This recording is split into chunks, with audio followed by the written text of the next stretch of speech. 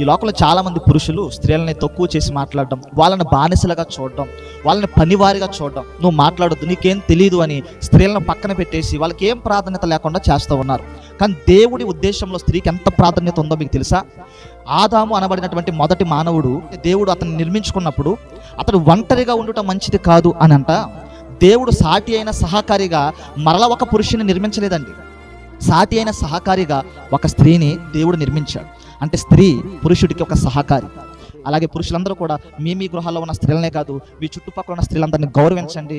భారతదేశం నా మాతృభూమి, భారతీయులందరూ నా సహోదరులు సహోదరిమణులు అన్న మనము ప్రతి స్త్రీని గౌరవించాలి. ఈ ఒక్కరోజే గౌరవించడం కాదండి, ప్రతిరోజు కూడా ప్రతి స్త్రీని మనం గౌరవించాలి. ప్రతి స్త్రీకి నేను తెలియజేస్తున్న మాట ఏంటంటే, ఒకవేళ మీరు పడుతున్న కష్టాన్ని నీ భర్త గుర్తించకపోవచ్చు, నీ ఇంట్లో ఉన్నటువంటి నీ కొడుకులు, నీ ఇంట్లో ఉన్నటువంటి నీ అన్నలు తమ్ముళ్ళు గుర్తించకపోవచ్చు, కానీ నువ్వు పడుతున్న కష్టం, నీ ప్రయాసను దేవుడు చూస్తున్నాడు.